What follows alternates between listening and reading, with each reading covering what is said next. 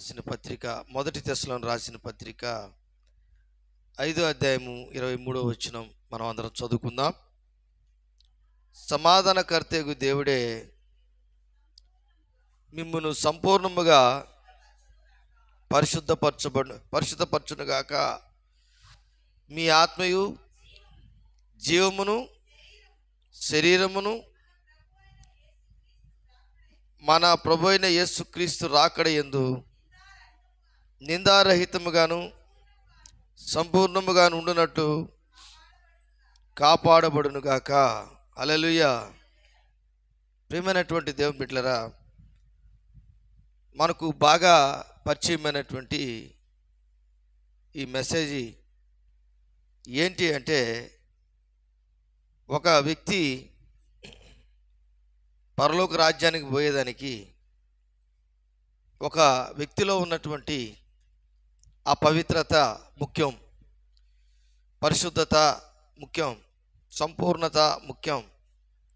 ఇవి మన శరీరము, ప్రాణము, ఆత్మ. చెప్పండి అందరూ. శరీరము, ప్రాణము, ఆత్మ. ఈ మూడు కూడా ఎప్పుడైతే దేవునికి లోబడి, ఆ లోబడినటువంటి శరీరము, ప్రాణము, ఆత్మ దేవునితో సంపూర్ణము చేయబడాలి. దేవునితో సంపూర్ణము చేయబడాలి. రెండవది పరిశుద్ధపరచబడాలి. యేసు ప్రభువు అంటాడు, నేను సంపూర్ణముగా చేయబడినట్లు మీరు కూడా, నేను సంపూర్ణునై ఉన్నట్లు మీరు కూడా సంపూర్ణులై ఉండాలి అని మనకు కొన్ని రెఫరెన్స్లో మనకు కనబడుతుంది. అయితే సమాధానకర్త దేవుడే మిమ్మును సంపూర్ణముగా పరిశుద్ధపరచును గాక. ఇంకా కూడా చెప్పాలంటే, మీ ఆత్మయు జీవమును శరీరమును మన ప్రభు అయిన యేసుక్రీస్తు రాకడ యందు ఏ విధంగా ఉండాలంటే నిందారహితముగాను సంపూర్ణముగాను ఉండునట్లు కాపాడబడునుగాక. హల్లెలూయా. చెప్పాలి అందరూ హల్లెలూయా. ఇది చాలా ముఖ్యమైనటువంటి విషయం. ఈరోజు మనం తీసుకున్నటువంటి ఈ భాగంలో మనం ఎక్కువగా ఆహారం పెట్టేది, లేక ఆహారం పెడుచున్నది శరీరమా, ప్రాణమా, ఆత్మక? చెప్పండి అమ్మా. శరీరానికి పెడుతున్నామా, ఆత్మకు పెడుతున్నామా, ప్రాణానికి పెడుతున్నాం? ఇది చాలా ముఖ్యమైనటువంటి విషయం. మనము గమనించాల్సినటువంటి విషయం ఏంటంటే, శరీరము ఎక్కడి నుంచి వచ్చింది? చెప్పాలా అందరూ? శరీరం ఎక్కడి నుంచి వచ్చింది? ఏనైనా చెప్పాలా? మట్టిలో నుంచి. చూడండి, ఆదికాండము మీరు గమనించినట్లయితే ఒక అద్భుతమైనటువంటి మాటను ఆదికాండం 3:19 చదవండి. నీవు నేల నుండి నేలకు తిరిగి చేరు వరకు నీ ముఖపు చెమట కార్చి ఆహారము తిందువు. ఏలైనగా నేల నుండి నీవు తీయబడితివి గనుక, నేల నుండి తీయబడితివి, నీవు మన్నే గనుక తిరిగి మన్నైపోదు అని ఆదాముతో దేవుడు చెప్పాడు. అంటే దాని అర్థం ఏంటి? మానవుడు ఎవరు? మట్టి మానవుడు. ఎవరు? మట్టిలో నుంచి తీయబడ్డాడు. చాలామందికి అర్థం కాదు. నేను ఇంకొక విధంగా వచ్చాను అని చెప్పి అనుకోకూడదు. నేను జ్ఞానిని అనుకోకూడదు. ఒకరోజు మన జ్ఞానము ఈ శరీరం విషయంలో ఓడిపోతుంది. ఎందుకంటే ఈరోజు చాలామంది టెక్నాలజీ పెరిగిపోయిందని చెప్పి, ఏ టెక్నాలజీ వలన ప్రకృతి మనిషిని తయారు చేశారు. అవునా? అంటే మన స్కిన్ ఎలాగుంటుందో అలాగే ఒక రోబోని తయారు చేశారు. అంతకుముందు ఒక పరికరాలతో రోబోని, ఒక లోహాలతో ఆ రోబోని తయారు చేశారు జపాన్ వాళ్ళు. ఇప్పుడు జపాను కంటే కూడా ఇప్పుడు అడ్వాన్స్ టెక్నాలజీ చైనా కానీ, ఇంకా అమెరికా కానీ, ఇంకా కొన్ని దేశాలు చేస్తున్నారు. ఇప్పుడు జపాన్ కూడా ముందునే ఉంది. అయితే ఎందుకు ఈ విషయాలు చెప్తున్నానంటే, దేవుడు మనిషిని దేంతో చేశాడంటే మట్టితో చేశాడు. ఈ మట్టి మానవుడు దేవుని యొక్క సంపూర్ణత సంపాదించుకోవాలంటే, ఈ మట్టి మానవుడు దేవుని రాకడకు నిందారహితుడిగా, సంపూర్ణుడిగా, అలాగే పరిశుద్ధ ఆత్మపూర్ణుడిగా కనబడాలంటే, మనము ఈ శరీరములో మనం ఉన్నప్పుడు, మన ప్రాణం ఉన్నప్పుడే దేవుని ఆత్మకు మనము ఆలయముగా మార్చబడాలి. దేవునికి స్తోత్రం. దేవుని ఆలయంకు మనం ఏం కావాలి చెప్పాలి? దేవుని ఆలయంకు మనం ఏమవ్వాలి? దేవుని ఆత్మకు మనం ఏమవ్వాలి? ఆలయముగా మార్చబడాలి. ఇది చాలా ముఖ్యం. కాబట్టి ఈ ప్రాణము, దేహము, ప్రాణము, ఆత్మ, ఈ మూడిటికి ఒక శరీరంలో ఈ యొక్క బాడీ, ఈ శరీరంలో ప్రాణానికి, ఆత్మకు జగడం పడుతుంటుంది అప్పుడప్పుడు. ఏంటి ఆ జగడం చెప్పాలా? ఏందమ్మా జగడం ఏంటి? శరీరమేమో శరీర కోరికల్ని నెరవేర్చాలంటది, ఆత్మేమో దేవుని యొక్క కోరికల్ని నెరవేర్చాలంటది. ఇప్పుడు చూడండి, రోమీయులకు రాసిన పత్రిక 7వ అధ్యాయంలో అపోస్తలుడైన పౌలు కొన్ని మాటలు చెప్తున్నాడు.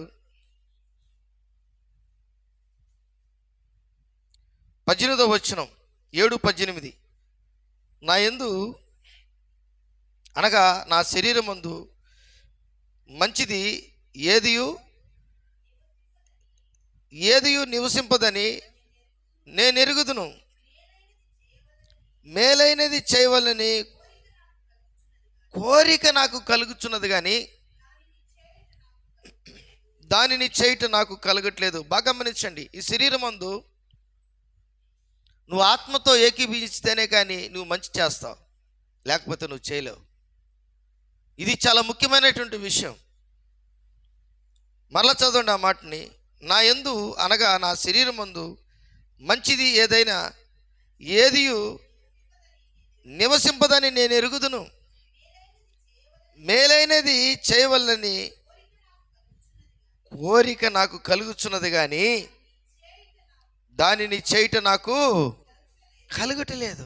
ఎందుకంటే ఈ శరీరములో ఏమవుతుందంటే మంచి ఏది నివసింపదని నేను ఎరుగుదును.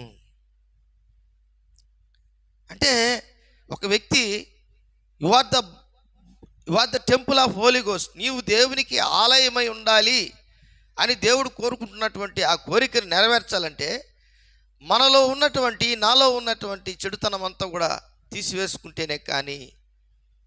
ఈ చెడుతనం ఎలాగపోతుందంటే దేవుని వాక్యము చేత మనం కడగబడినటువంటి వారముగా ఉన్నప్పుడే, దేవుని వాక్యము చేత మనము పవిత్రులుగా చేయబడినప్పుడే, దేవుని వాక్యము చేత మనల్ని మనం సరిచేసుకున్నప్పుడే, దేవుని వాక్యమనే ఆ పాలతో మనల్ని మనం కడుక్కున్నప్పుడే మన ఆత్మకు, మన శరీరమునకు, మన ప్రాణమునకు సేద తీరుతుంది. హల్లెలూయా. 23వ కీర్తన 3వ వచనం చదవండి అందరూ. 23వ కీర్తన 3వ వచనం చదవండి. మనకు బాగా తెలిసినటువంటి మాట. ఆ మాట మనం గ్రహిస్తే చాలా విలువైనటువంటి మాట మనకు కనబడుతుంది. చూడండి, నా ప్రాణమునకు ఆయన సేద, తన నామమును బట్టి నీతి మార్గములో నన్ను నడిపించున్నాడు. అంటే దానికి అర్థం, నా ప్రాణమునకు ఆయన ఏం చేస్తున్నాడు? ఎక్కడ తీరుతుంది నీకు సేద?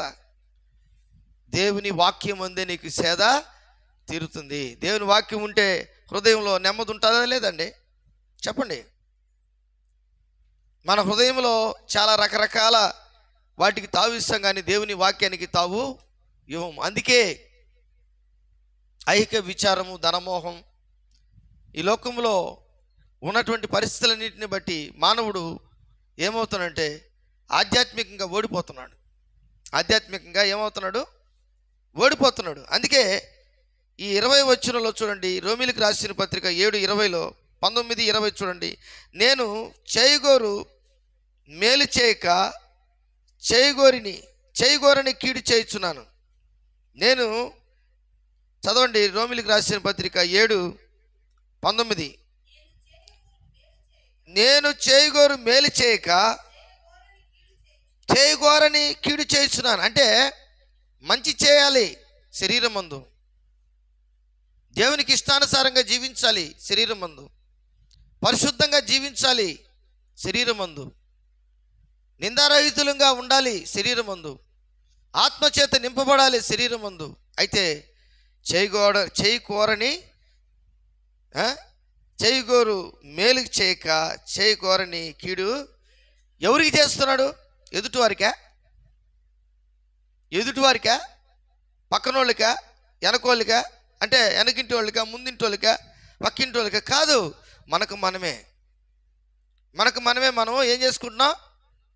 కీడు చేసుకుంటున్నాం. ఎక్కడికి పోకుండా కీడు చేసుకుంటున్నాం? పరలోక రాజ్యానికి వెళ్లకుండా కీడు చేసుకుంటున్నాం. మనకు అబ్స్ట్రక్షన్స్ అనమాట, అడ్డుగోడలు. మనము దాటలేనటువంటి పరిస్థితుల్లోకి వెళ్ళిపోతున్నాం. అందుకే నిందారహితముగాను, తెస్సలోనికి రాసిన పత్రిక 5వ అధ్యాయము, మొదటి తెస్సలోనికి రాసిన పత్రిక 5వ అధ్యాయము 23వ వచనం అంటాడు, మన ప్రభు అయిన యేసు క్రీస్తు రాకడ యందు నిందారహితముగాను సంపూర్ణముగాను ఉండునట్లు కాపాడబడునుగాక. హల్లెలూయా. దానికి 23వ వచనం మొదట్లైన సమాధానకర్తయగు దేవుడే మిమ్మును సంపూర్ణముగా పరిశుద్ధపరచునుగాక. సంపూర్ణముగా పరిశుద్ధపరచునుగాక. మీ ఆత్మయు జీవమును శరీరమును మన ప్రభు అయిన యేసు క్రీస్తు రాకడి యందు నిందారహితముగాను సంపూర్ణముగాను ఉండునట్లు కాపాడబడునుగాక. ఎంత కష్టమో చూడండి. మనము తప్పు చేయాల్సిన అవసరమే లేదు. మన హృదయంలో ఏదైనా తప్పుగా ఆలోచిస్తే, మన కళ్ళ ముందు కళ్ళతో చూసినటువంటి ఆ తప్పు మనం తప్పుగా ఆలోచిస్తే మనం ఏమైపోతున్నాం? మనం నింద వచ్చేసినట్టు వారుగా, మనం నింద కలిగినటువంటి వారుగా. ఎవరి దగ్గర? దేవుని దగ్గర, వాక్యము దగ్గర. కాబట్టి ఈరోజు దేవుని బిడ్డలము మనము ఏ విధంగా ఉన్నామంటే, ప్రసంగి 12:7లో ఏముంది? మన్నైనది వెనుకటి వలె మరలా భూమికి చేరును, ఆత్మ తాను దయచేయు దేవుని యొద్దకు మరలా పోవును. ఎక్కడికి పోవాలి ఆత్మ? చెప్పండి ఒకసారి. దేవుని దగ్గరికి పోవాలి. అయితే ఆయన చూడండి, ఆదికాండము 2:7లో ఉంటుంది, దేవుడైన యెహోవా నేల మట్టితో నరుని నిర్మించి, ఎలాగ చేశాడంట దేవుడు? నేల మట్టితో నరుని నిర్మించి వాని నాసికారంధ్రములో జీవాయువు ఊదగా నరుడు జీవాత్మ. ఈ జీవించే ఆత్మ ప్రాణము అది. అంటే మన జీవితంలో ఈ ప్రాణాత్మ దేహములకు దేవుడిచ్చినటువంటి ఆ విలువైన ఊపిరి, ఆ మట్టికి ప్రాణం పోశాడు ఆయన. ఈరోజు చూడండి, ఒక బొమ్మను తయారు చేసిన తర్వాత, ఏ టెక్నాలజీ వచ్చిన తర్వాత ఆ బొమ్మ కూడా మాట్లాడడం ప్రారంభించింది. ప్రకటన గ్రంథంలో ఎప్పుడో రాయబడి ఉంది ఆ మాట. ఆ ఒక సముద్రములో నుంచి లేస్తుంది, అది ఒక ప్రతిమ. అయితే ఆ బొమ్మ మాట్లాడుతుంది. ఆ బొమ్మకి రాబోయే రోజుల్లో అందరూ కూడా లోబడిపోయే పరిస్థితి వస్తుంది. ఏంటంటే ఇప్పుడు జరిగేది అదే. 50 సంవత్సరాలకు ముందు ప్రపంచంలో ఎక్కడ కూడా ఏదైనా బొమ్మ ఉందంటే ఆ బొమ్మ ఏదైనా వాయిస్ వింటేనే ఎంతో ఆశ్చర్యంగా, ఇప్పుడు నడుస్తుంది, ఆ బొమ్మ మాట్లాడుతుంది. మానవుని యొక్క స్కిన్ లాగే ఉంది, మన హెయిర్ ఎలాగ ఉంటుంది అలాగే తయారు చేశారు. హెయిర్ కూడా, వెంట్రుకలు కూడా, తల వెంట్రుకలు కూడా. నువ్వు చెప్పే ఆ ప్రతి మాటకి ఆన్సర్ ఇస్తుంది ఏ టెక్నాలజీ. ఇస్తుందా లేదా? నువ్వు ప్రశ్న వేస్తే అది ఆన్సర్ కూడా చెప్తుంది.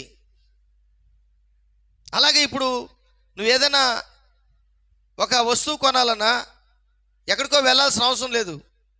నీవు ఇంట్లో కూర్చొని ఒక యాప్ డౌన్లోడ్ చేసుకుని ఆ యాప్లో నువ్వేం చేస్తున్నావు, పలానా నాకు కావాలంటే వెంటనే వారు నీకు ఇంటికి పంపించేటట్లుగా ఒక బార్కోడ్ మనకు వస్తుంది. నువ్వు పర్చేజ్ చేస్తున్నావు, ఇంట్లోనే పర్చేజ్ చేస్తున్నావు. ఇంట్లోనే నీకు డాక్టర్ వస్తాడు. ఇప్పుడు ఎక్కడికి వస్తాడు? నువ్వు ఫోన్ చేస్తే ఇంటికే డాక్టర్ వస్తాడు. నువ్వు ఫోన్ చేస్తే వస్తువులు, ఆహారము ఇంటికే వస్తుంది. టెక్నాలజీ చూడండి. ఇదంతా కూడా ఆ ప్రతిమ చేసే పనులే. ఇంకా కూడా చెప్పాలంటే చదువు ఎక్కడండి? చదువు. ఇప్పుడు కంప్యూటర్లో చదువుతున్నారు. ఇంట్లో కంప్యూటర్ పెట్టుకున్నాం, లేకపోతే ల్యాప్టాప్ పెట్టుకున్నాం, లేకపోతే ఫోన్ పెట్టుకున్నాం. ఇంట్లోనే అక్కడ టెక్నాలజీ ద్వారా నీవు ఏం చేస్తున్నావు అంటే ఇంట్లోనే కూర్చొని చదువుతున్నావు. స్కూల్కి కాలేజీకి వెళ్ళాల్సిన అవసరం లేనటువంటి పరిస్థితి వచ్చేసింది. ఇంకా కూడా చెప్పాలంటే వర్క్ ఫ్రమ్ హోమ్ అంట. ఏమంట? ఇంట్లోనే నువ్వు కూర్చొని పని చేసుకునే పరిస్థితి వచ్చేసింది. బార్కోడ్ ఒకటి వచ్చింది. నీకు ప్రతి ఒక చిన్న బిస్కెట్ ప్యాకెట్ మీద కూడా ఏముంటుంది అక్కడ? స్కాన్ చేసేదానికి ఒక స్కానరు బార్కోడ్ ఉంటుంది. అదే 666 ప్రతిమ లేక ఒక బొమ్మ, ఒక మానవుని, ఇవన్నీ కృత్రిమ మానవుని యొక్క కోడ్ అన్నమాట. అది బాగా గమనించండి. అయితే దానికి శరీరము లేదు, దానికి శరీరము లేదు, దానికి ప్రాణము లేదు, దానికి ఆత్మ లేదు. చప్పట్లు కొట్టి దేవుని మహిమపరుస్తాం. దానికి శరీరం లేదు, ప్రాణం లేదు, ఆత్మ లేదు. ఇప్పుడు మనకుందా లేదా? మనకుంది. మనం చనిపోతే ఎక్కడికి వెళ్తాం? దేవుని సన్నిధికి వెళ్తాం. వెళ్ళాలంటే మనం ఏం చేయాలో ఈరోజు మనం మాట్లాడుకుంటున్నాం. సంపన్నులు కావాలి, పరిశుద్ధత సంపాదించుకోవాలి, మనల్ని మనం దేవుని దగ్గర యథార్థంగా పవిత్రంగా మనం చూసుకోవాలి. ఇదే దేవుని యొక్క ఉన్నతమైనటువంటి స్థితిని దేవుడు మన జీవితాలను సరిచేసుకున్నటకు దేవుడు ఇచ్చినటువంటి ఉన్నతమైనటువంటి ఆశీర్వాదాలు. ప్రియమైనటువంటి దేవుని బిడ్డలారా, ఇది నీ జీవితంలో చూడండి 42వ కీర్తన 11వ వచనం గమనించినట్లయితే, నా ప్రాణమా నీ వేళ కృంగి ఉన్నావు. చదవండి ఆ మాటని. 42వ కీర్తన 11వ వచనం చదవండి. 42వ కీర్తన 11వ వచనం, నా ప్రాణమా నీ వేళ. ఇది ప్రశ్న. ఇది అంటే శరీరము, ప్రాణము, ఆత్మ, ఈ యొక్క శరీరములో ఉన్నటువంటి ఈ ప్రాణము ఏమైపోయింది? మనకు జరగకూడని జరిగితే, అనుకున్నది జరగకపోతే, మనల్ని ఎవరైనా మనం చంపాలని అనుకుంటున్నటువంటి పరిస్థితి వస్తే మన ప్రాణం ఏమైపోతుంది? కృంగిపోతుంది, దిగులు పడిపోతావు, అవమానం చెందుతావు, నిరుత్సాహంలోకి వచ్చేస్తావు. అందుకే నా ప్రాణమా నీ వేళ కృంగి ఉన్నావు, నాలో నీ వేళ తొందరపడుచున్నావు. ఎలాగ తప్పించుకోగలను నేను ఈ యొక్క ఉపద్రవం నుంచి?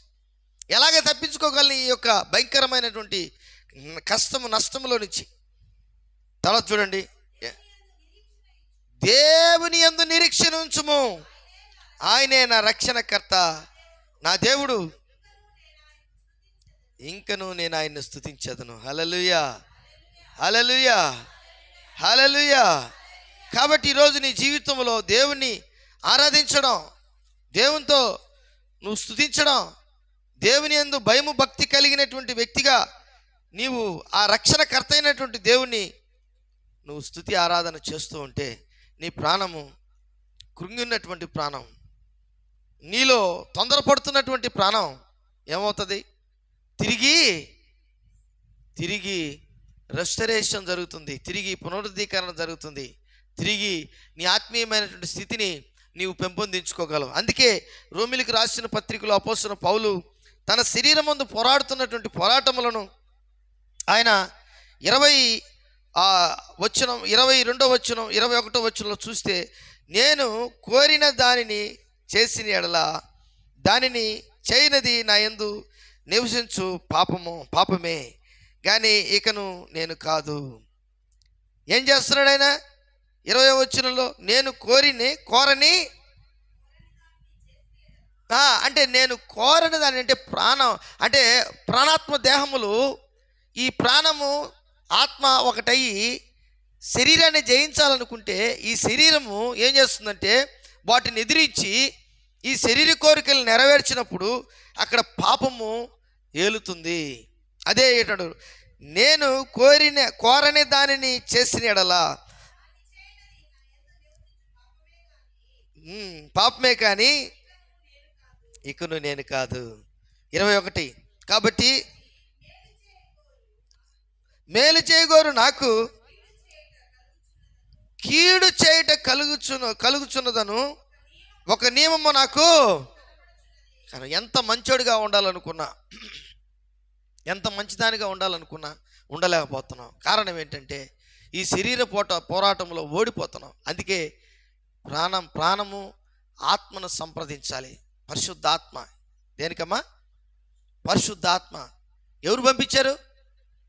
యేసు ప్రభు యోర్దాను నదిలో బాప్తిసం తీసుకునేటప్పుడు యోహాను దగ్గర ఒక ఆత్మ వచ్చింది. ఈయన నా ప్రియ కుమారుడు, ఈయనందు నేను ఆనందించున్నాను. అంటే నీ ప్రాణము దేవుని యందు నమ్మిక కలిగి ఆనందించాలంటే, నీ ప్రాణాత్మ దేహములు దేవుని స్తుతించాలంటే నీవు దేవుని ఆత్మతో ఏకీభవించినప్పుడే ఈ కార్యము జరుగుతుంది.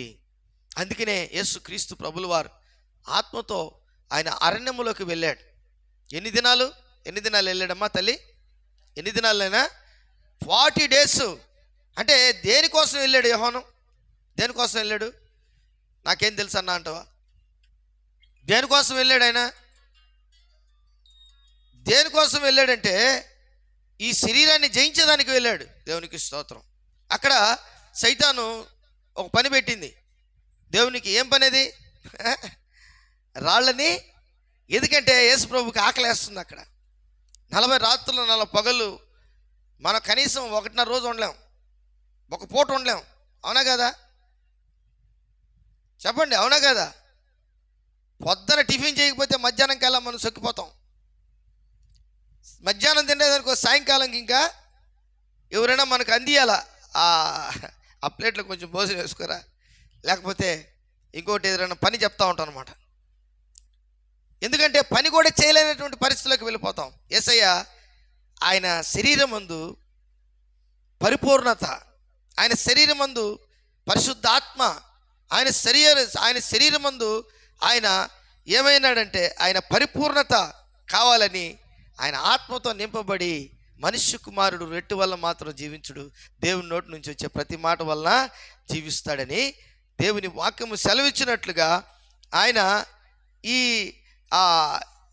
ఈ శరీరాన్ని ఆయన ఏం చేశాడంటే జయించాడు అనమాట. దేవునికి స్తోత్రం. హల్లెలూయా. చూడండి మత్తయి సువార్త 4:4 చూడండి, చదవండి ఎవరైనా. అందుకు ఆయన మనుషుడు రొట్టె వలన మాత్రమే కాదు కానీ దేవుని నోటి నుంచి వచ్చి ప్రతి మాట వలన జీవించును అని వ్రాయబడి ఉన్నదనెను. హల్లెలూయా. కాబట్టి ఈరోజు నీ ఆత్మ, నీ శరీరం, నీ ప్రాణాత్మ దేహములు నువ్వు ఎలాగ ఉన్నావంటే దేవునికి ఇష్టంగా ఉన్నావు, బాగానే ఉంది, కాదనలా. కానీ దేవునికి నీ ఆత్మ, నీ శరీరము, నీ ప్రాణము పరిపూర్ణత సంపాదించుకోవాలి. మనం చనిపోయే లోపల మనం చేయాల్సిన పని ఏంటంటే దినదినము ఒక వ్యాయామం చేసే వ్యక్తి, ఒక ఎక్సర్సైజ్ చేసే వ్యక్తి తన బాడీలో 6 ప్యాక్ కావాలా, లేకపోతే షోల్డర్స్ పెద్దదిగా ఉండాలా, లేకపోతే చెస్ట్ బాగా పెద్దగా ఉండాలా, లేకపోతే ఇంకా ఆయన ఆ కాళ్ళు ఇంకా గట్టిగా లావుగా ఉండాలా? ఇలాగా ఒక్కొక్కటి దేనికి చేసి ఆయన ఫుడ్ మార్చేస్తున్నాడు. ఇప్పుడంతా ఆ విధంగా ఎక్సర్సైజ్ చేసేవాళ్ళు ఆయిల్ తీసేస్తారు, పచ్చి కూరగాయలు తింటారు. అంత మాత్రం కాదు, మాంసం కూడా తినేటప్పుడు వారు బాయిల్ చేసుకొని ఉప్పు లేకుండా, ఏం లేకుండా, ఉప్పు లేకుండా ఉప్పు తింటారమ్మా? ఉప్పు తినరు. చికెన్లో ఉప్పు ఉండదు, మటన్లో ఉప్పు ఉండదు, న్యాచురల్ ఎగ్స్ ఇవన్నీ కోడిగుడ్లు ఈ న్యాచురల్గా అవి ఉంటాయి కాబట్టి అలాంటివి తీసుకొని వారు బాడీని బిల్డప్ చేస్తారు. బాడీ బిల్డింగ్ ఏందమ్మా? బాడీ బిల్డ్ చేస్తారు. అయితే మనం ఏం చేయాలి? దేవునికి స్తోత్రం, హల్లెలూయా. శరీర సాధనం కొంత మట్టుకే ఏంటంట, ఈ లోక సంబంధం, ఒక రోజుకి మరణిస్తాం అందరం. అయితే దేవుని యొక్క ఉన్నతమైనటువంటి స్థితి ఏంటంటే, మనం గమనించాల్సినటువంటి విషయం ఏంటంటే, దేవుడు మనకిచ్చినటువంటి ఆ ఉన్నతమైనటువంటి స్థితిని మనం గ్రహించి మనం ఏం చేయాలంటే జాగ్రత్త పడాలి. దేవునికి స్తోత్రం. ఏం పడాలి? జాగ్రత్త పడాలి. ఎలా జాగ్రత్త పడాలో చూడండి. ఒక అద్భుతమైనటువంటి విషయాన్ని నేను మీకు చూపించాలనుకుంటున్నాను. శరీరమును ఆత్మను చంపువానికే మనం భయపడాలంట. ఇది చాలా ముఖ్యమైనటువంటి విషయం. ఈ మాట మత్తయి సువార్త 10వ అధ్యాయం 28వ వచనంలో మనకు కనబడుతుంది. చూడండి, మత్తయి సువార్త 10వ అధ్యాయం 28. మరియు ఆత్మను చంపనేరక, ఆత్మయు మరియు ఆత్మను చంపనేరక దేహమునే చంపువారికి భయపడుకుడు కానీ ఆత్మను దేహమును కూడా నరకములో నశింపజేయవానికి మిక్కిలి భయపడుడి. ప్రియమైనటువంటి దేవుని బిడ్డలారా, ఇప్పుడు శరీరాన్ని చంపేస్తానంటే భయపడి ఏం చేస్తాం? మనల్ని చంపేదానికి ఎవరు వస్తే మనం ఏం చేస్తాం? అడగ చంపు అంటుంటామా? పారిపోతాం వాడి నుంచి. కానీ దేవుడు ఏం చెప్తున్నాడంటే, మరియు శరీరమును మరియు ఆత్మను చంపనేరక, అంటే ఆత్మను ఎవరు చంపలేరు. ఆయన చంపేదానికి అధికారం, దానికి ఆత్మను చంపేదానికి ఎవరికైనా అధికారం ఉందా? చెప్పండి అమ్మా. ఎవరికి లేదు ఆత్మను చంపేదానికి.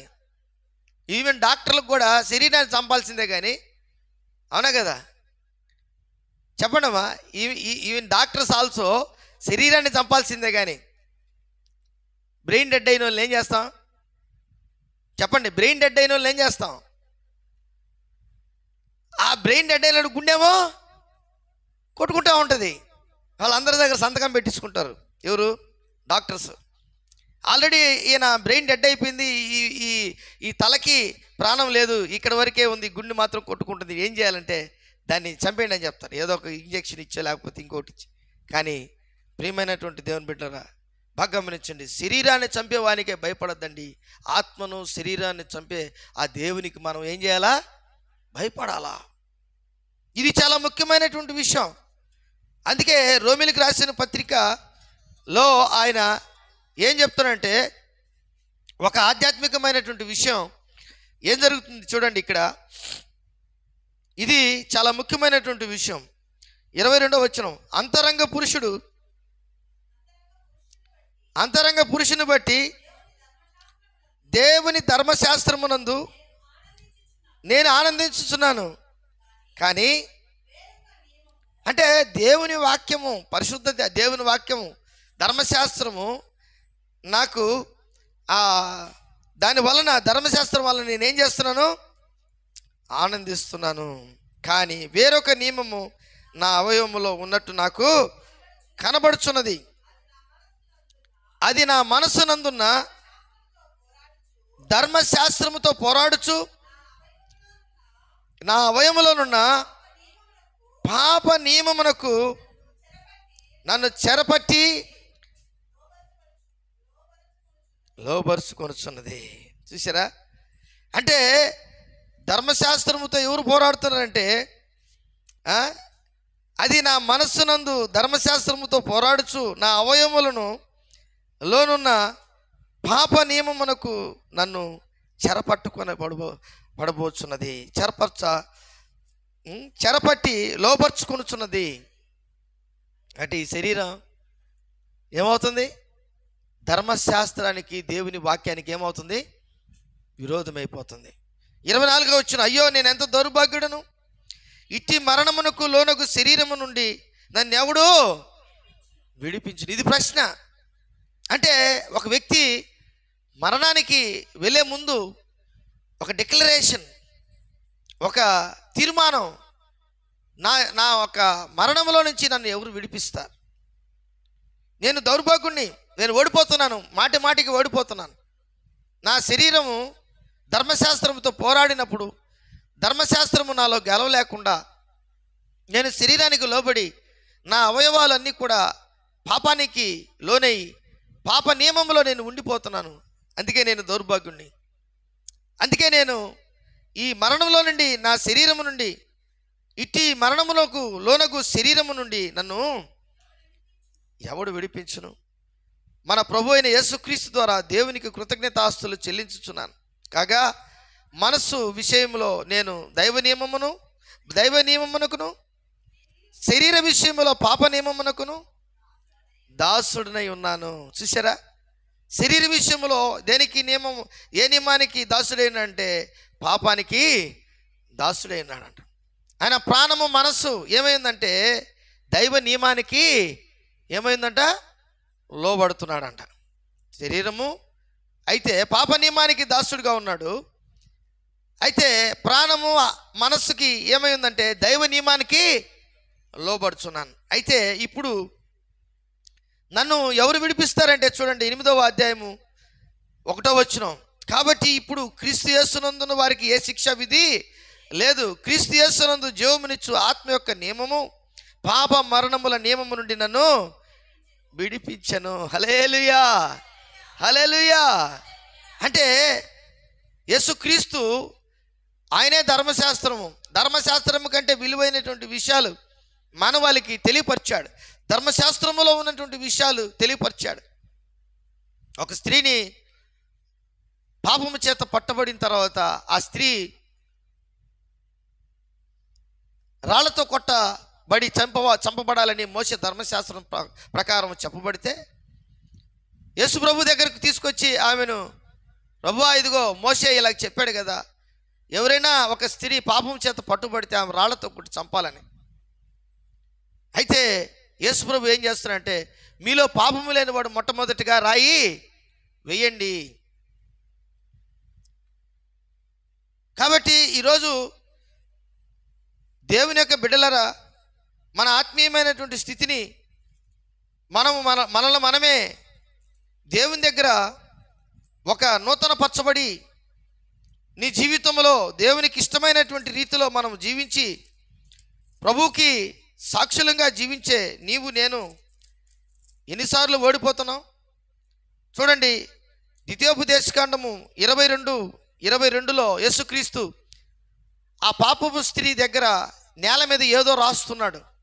ఆ రాసింది ఏందో ఒక పాపాన్ని గురించి, ఆ పాపము ధర్మశాస్త్రములో ఏమని చెప్పిందో, ఆ ధర్మశాస్త్రము ఏ విధంగా మానవాళిని హెచ్చరిస్తుందో, అది పాపము చేత పట్టుబడినటువంటి స్త్రీ ముందు ఆ రాళ్లతో కొట్టాలని తీసుకొని వచ్చినటువంటి ఆ వాళ్ళ ముందు యేసుక్రీస్తు రాస్తున్నాడు. ఏమని రాస్తున్నాడు చూడండి, ద్వితీయోపదేశకాండము 22:22లో చూడండి. ఒకడు మగనాలితో సైనించుచుండగా కనబడిన యెడల వారిద్దరూ అనగా ఆ స్త్రీతో సైనించిన పురుషుడును ఆ స్త్రీను చంపబడవలెను. అట్లా చెడుతనము ఇజ్రాయేలులో నుండి పరిహరించుదురు. బాగా గమనించండి. అంటే ఆ స్త్రీతో సైనించినటువంటి, ఆ స్త్రీతో పాపం చేసినటువంటి వారందరూ కూడా ఆమె చనిపోవాలి, ఆయన కూడా చనిపోవాలి. ఇజ్రాయేలులో నుండి ఆ పాపము కొట్టివేయబడాలి. ఆ పాపం చేసినటువంటి వారందరూ కూడా రాళ్ళు అక్కడ వేసేసి అందరూ వెళ్ళిపోయారండి. కానీ యేసు ప్రభు ముందు ఆ పాపముతో పట్టబడినటువంటి స్త్రీ మాత్రమే నిలబడి ఉంది. ఆమెను యేసు ప్రభు అడిగాడు, అమ్మా నిన్నెవరైనా శిక్షించారా నన్ను ఎవరు శిక్షించలేదు, నేను కూడా నిన్ను శిక్షించను, ఇక మీదట నువ్వు పాపము చేయకుండా జీవించని దేవుడు ప్రేమించాడు, క్షమించాడు. పాపాలు క్షమించే దేవుడు, పాపాలు పరిహరించే దేవుడు, పాపమైన శరీరమును జయించగలిగినటువంటి ఆ దేవుడు నీలోకి రావాలనుకుంటున్నాడు, నిన్ను ప్రేమించి నీ యందు నివసించాలనుకుంటున్నాడు. అందుకే ఈరోజు నీ జీవితం, నా జీవితం, మనందరి జీవితం క్రీస్తులో మనము ఏమై ఉన్నామంటే పరిపూర్ణము చేయబడ్డాం. చప్పట్లు కొట్టి దేవుని మహిమపరుస్తున్నాం. పాపాన్ని జయిస్తున్నాం కాబట్టి మనం పరిపూర్ణమయ్యాం. దేవునికి స్తోత్రం. ఏమై ఉన్నాం? మనం పరిపూర్ణమయ్యాం. దేవుని స్థితిలో యేసు క్రీస్తుతో ఏకీభవించాం. ఆత్మీయమైనటువంటి స్థితిని మనం కలిగినటువంటి వారముగా ఉన్నాం. నీ జీవితంలో పాపం ఓడిపోయింది. నీ జీవితంలో ఏమైంది? పాపము ఓడిపోయింది. ఎవరి వలన?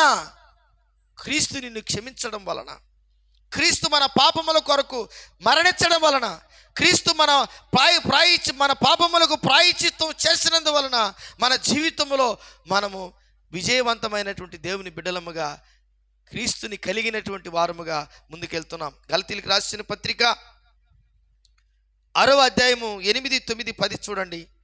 గలతీయులకు రాసిన పత్రిక 6వ అధ్యాయము 8, 9, 10 చూడండి. ఎలాగనగా తన శరీరేచ్ఛలను బట్టి విత్తువాడు తన శరీరము నుండి క్షయమను పంట కోయును, ఆత్మను బట్టి విత్తువాడు ఆత్మ నుండి నిత్య జీవమైన పంట కోయును. మనము మేలు చేయటి యందు విసుగకు యుందుము, మనము అలయక మేలు చేస్తేమేమి తగిన కాలమందు పంట కోతము. కాబట్టి మనకు సమయము దొరికిన కొలది అందరి ఎడల విశేషముగా విశ్వాస గృహమునకు చేరిన వారి ఎడలను మేలు చేయదము. అంటే విశ్వాస గృహములోకి మనం చేరినంత వరకు నీ మంచి కాదు, కానీ దేవుని మంచి చేత నువ్వు మంచి వ్యక్తిగా మార్చబడి నీవు ఇంకొకరిని దేవుని యొక్క విశ్వాస గృహానికి తీసుకువెళ్ళాలి. అందుకే నీవు ఒక ఉన్నతమైనటువంటి స్థితిని శరీరమందు మనము దేవుని యొక్క ఆత్మను బట్టి విత్తువాడు ఆత్మను నుండి నిత్య జీవమును పంట వస్తాము. మన జీవితంలో ఆత్మను గురించినటువంటి విషయాలు, పరిశుద్ధ ఆత్మకు సంబంధించినటువంటి విషయములు జరిగినప్పుడే మనము ఆత్మీయమైనటువంటి స్పిరిచువల్ హార్వెస్టింగ్ మన జీవితంలో జరుగుతుంది. 7వ వచనంలో అంటాడు, మోసపోకుడి, దేవుడు వెక్కిరింపబడుడు. మనుషుడు ఏది విత్తునో ఆ పంటనే కోయును. మనం చెడ్డమాటలు తిడితే మనం కూడా చెడ్డమాటలు చేతే ఏమవుతాం? తిట్టబడతాం. అవునా? ఒకడు కత్తితో ఒకరిని పొడిస్తే వాడు కూడా కత్తితోనే మరణిస్తాడని ఉంది. ఇంకా చెప్పాలంటే ఘోరమైనటువంటి పనులు ఏంటంటే మన నాలుగుతో మనము పాపము చేయకుండా ఉండాలి. మన నాలుగుతో మనం పాపము చేయకుండా ఉండాలి. ఒక్కొక్కసారి నాలుగుతో మనం అనరాని మాటలు అన్నప్పుడు ఎదుటోడు కింద పడిపోతాడు, కృంగిపోతాడు. చెప్పకూడని మాటలు కూడా చెప్తే కూడా కృంగిపోయి అక్కడి నుంచి వెళ్ళిపోవాలనిపిస్తుంది. అందుకే మనం నోటిని అదుపులో చేసుకోవాలి. అందుకే దావీదు అంటాడు, నా పెదవులను నేను భక్తిహీనులు నా ఎదుటనున్నప్పుడు నా పెదవులను, నా నోటిని చిక్కము వేసుకున్న వాడిగా ఉండాలి, నా పెదవులు మూసుకున్నటువంటి వాడిగా ఉండాలి, నా నోరు తెరవకుండా ఏమీ మాట్లాడక మౌనముగా ఉండాలి అని అనుకుంటున్నటువంటి తీర్మానాలు చేసుకుంటున్నాడు దావీదు. ఎట తెలుసు ఆయనకి? ఎలాగా ఆయనకి గుర్తుంది? దేవుడు చెప్పాడు అవన్నీ. పరిశుద్ధాత్మ అనుభవం కలిగి ఉంది. ఈరోజు దేవుని బిడ్డలారా, నేను మనమందరం కూడా ఆత్మీయమైనటువంటి స్థితిలో ఎంత నేర్చుకోవాలో, ఎంత జాగ్రత్తగా ఉండాలో 1 కొరింథీయులకు రాసిన పత్రిక 6, 18, 19, 20 చూడండి. ఒక అద్భుతమైనటువంటి మాటలో అక్కడ మనకు కనబడుతుంది. జారత్వమునకు దూరముగా పారిపోడి, మనుషుడు చేయు ప్రతి పాపమును దేహమునకు వెలుపల ఉన్నది కానీ జారత్వం చేయవాడు తన సొంత శరీరమునకు, చూసారా ఎక్కడ జరుగుతుంది హాని, దాన్ని మాట్లాడుతున్నాడు దేవుడు. అపోస్తలుడైన పౌలు చెప్తున్నాడు, నువ్వు బయట చేసే ప్రతి పని, మాటలు అన్నీ కూడా అవన్నీ బాగానే ఉన్నాయి, అవి వెలుపల జరుగుతున్నాయి. జారత్వం చేయవాడు అంటే పెళ్లి కాకముందు తప్పు చేసేవాడు, ఒక స్త్రీ జారత్వం చేసేవారు ఏమవుతారంటే వారు దేహానికి వారు వెలుపల ఉన్నది కానీ జారత్వం చేయవాడు తన సొంత శరీరమునకు హాని చేసుకుంటున్నారు. కాబట్టి మనం దాన్ని 19వ వచనం, మీ దేహము దేవుని వలన మీకు అనుగ్రహించబడింది, మీలోనున్న పరిశుద్ధాత్మకు ఆలయమై ఉన్నదని మీరు ఎరుగురా, మీరు మీ సొత్తు కారు. మనం వెలబెట్టి కొనబడినటువంటి వారం, విలువ పెట్టి కొనబడిన వారము కనుక మీ దేహముతో దేవుని మహిమపరచుడి. హల్లెలూయా, హల్లెలూయా, హల్లెలూయా. అందరూ లేచి నిలబడదాం. ఈరోజు నీ జీవితంలో సమాధానకర్తకు దేవుడే మిమ్మును సంపూర్ణులుగా పరిశుద్ధపరచును గాక. నీ ఆత్మయు జీవమును శరీరమును మన ప్రభువైన యేసుక్రీస్తు రాకడయందు నిందారహితులుగాను సంపూర్ణులుగా ఉండినట్లు కాపాడబడును గాక. మన ఆత్మీయ జీవితాన్ని ఎంతగానో దేవుడు కనికరించి ప్రేమించి ఓపికతో ఈ లోకానికి వచ్చి 33.5 సంవత్సరం జీవించి మన కొరకు ప్రాణం పెట్టి నీ శరీరము, నీ ప్రాణాత్మ దేహములను విలువ పెట్టుకున్నాడు. హల్లెలూయా. ఏం కొన్నాడు? మీరు సొత్తు కాదంటున్నాడు ఆయన. ప్రకటన గ్రంథం 5వ అధ్యాయం 7, 9, 10, 11 వచనాల్లో కూడా ఆయా భాషలు మాట్లాడే వారిలో నుండి, ఆయా దేశములో నుంచి, ఆయా మనుషుల్లో నుండి ఆయన తన రక్తం ఇచ్చి మనల్ని కొన్నాడు అని ఉంది.